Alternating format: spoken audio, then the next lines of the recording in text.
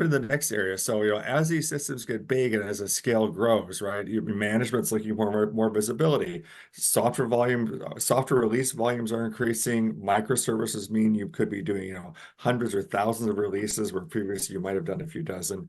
And from a management standpoint, from an operations standpoint, from a DevOps standpoint, you really need to have some visibility. And that's what we talk about in terms of metrics and dashboards. So, Bob, why don't you walk us through some of the great work that's been happening on metrics and dashboards for Spinnaker?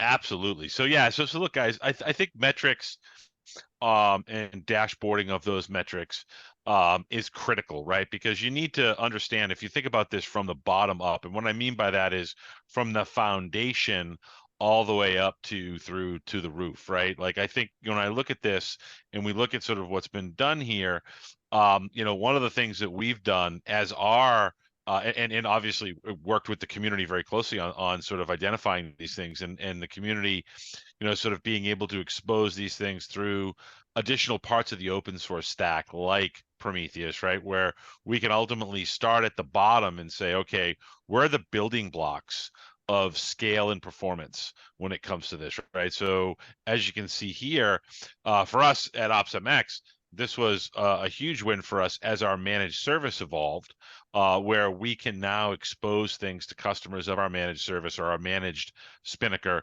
where they can see from the bottom up, sort of what's happening, what is the overall health. They can understand the things that we're monitoring, right, so that we can look for anomalous behavior and ultimately sort of get right out in front of those things. And again, this comes back to us wanting to provide, and the community wanting to enable us to be able to provide this level of sort of visibility, right? So if we go to the next slide, this is an extension of, again, some of the things, right? So we morph from, sort of what some of the performance and scale dashboards look like to, sort of more of the informational, like stages completed by platform type, or how long does a stage duration on average take, right? So these are all things that as users of Spinnaker look to optimize their process, right? Because Spinnaker helps you build that workflow, right? But then it's looking at statistics like this that sort of help you understand how your process is mapped through that workflow, and sort of where we might want to, sort of help you enhance it. So when we look at statistics, and in one of our dashboards here, and I'll have you forward it just a moment, but things like manual approvals or things that require manual sign off, being able to sort of measure where does that, how much slower does that cause us to be when we have, sort of an individual who's responsible, and how do we want to mitigate that part of the process? So we don't know if there's a problem until we start looking at these types of metrics.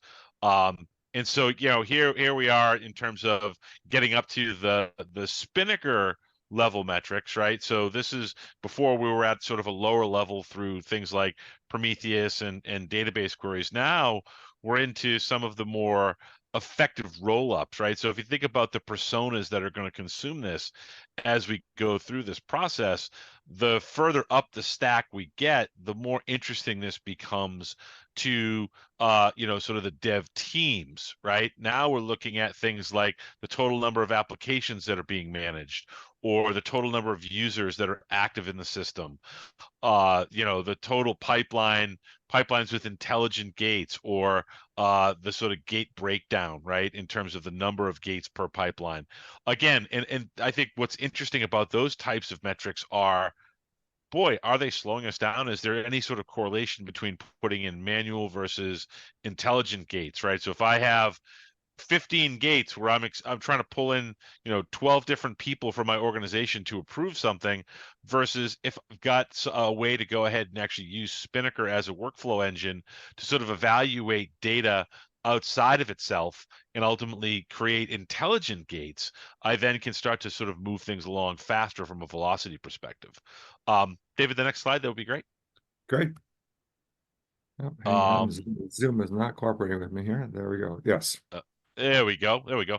And then we start getting up to what I like to call the focus type of statistics, right? So where do I need to be paying attention? If I'm responsible for, or I'm a DevOps manager or a DevOps director, where do I need to start paying my close attention, right? Because, at scale, you could have, as we mentioned earlier, tens or hundreds or thousands, or hundreds of thousands of these, sort of deployments happening and pipelines running. And, when it comes down to it, you're really looking for scale and velocity. And so when I want to start looking at these things, how do I bubble up metrics that help me understand where am I best performing versus my worst performing? Now, you might decide, well, this pipeline has special considerations, therefore it's always going to be slower.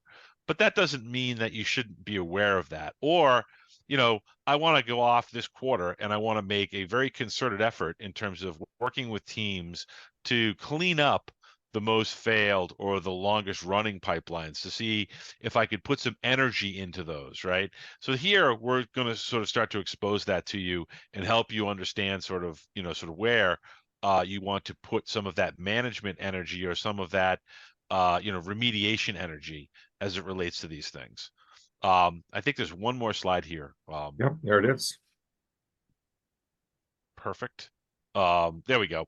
And then I think we get into, sort of again, the even higher level rollups than that, right? So pipelines with failed stages, pipeline with skip stages. Again, as I look to under the heading of continuous improvement, right? One of the challenges that I found, in working with engineering teams and DevOps teams and SRE teams is everybody wants to embrace the idea of continuous improvement, and I think it's what makes software teams great. However, one of the hardest things is, where do I start? Like, where are the things that are problematic? How do I understand? And you tend not to want to use your own anecdotal evidence because you might see 3 or 4 things that happen in your role, but that doesn't mean they're systemic across the organization. So here we're starting to bubble up some of those things that allow you to make those decisions. Like if there are, and if you look at this thing live, you'll also look at this from the perspective of what's the average wait time, or how long is there any pipelines that are currently waiting for user action. These are again things that you want to start looking at those decisions and say, can I automate that? Do I get more by investing energy in figuring out how to automate that than I do worrying about sort of some of the other things that might pop up around sort of the automation and the workflow. How do I eliminate some of those manual gates? And is it possible based on my current environment in terms of compliance? So this is again one of those dashboards that I think from a Spinnaker perspective, especially when you're running this at scale, lets you sort of start to figure out, where do I expend that energy? Where does that remediation or that continuous improvement energy need to go? And again, when you're going to build a tool like Spinnaker, and the community has done such a good job making this a problem because it can run at such a high scale and a high velocity, that you ultimately need statistics like this in order to be able to figure out where to spend that mental energy or that mental capital in figuring out sort of how do you get to the next phase of automation, the next phase of velocity and scale. Hey, Bob, a question Hopefully that about makes sense. okay, yeah, good. So, a good question for you. So, how at can this data be integrated into other tools or other? Absolutely. Yeah.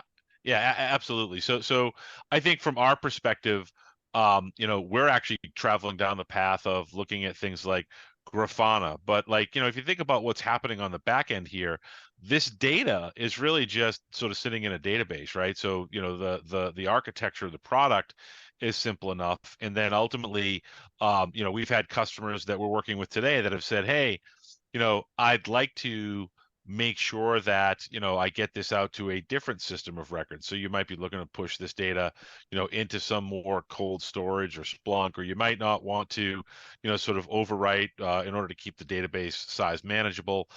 So yeah, we can get this out to different tools. Like I said, I think that first round of slides you were looking at is us, sort of graphing that stuff off of Grafana and then ultimately creating your own custom dashboards. And again, it just goes along the lines of open source equals extensible, right? And equals customizable for our customers.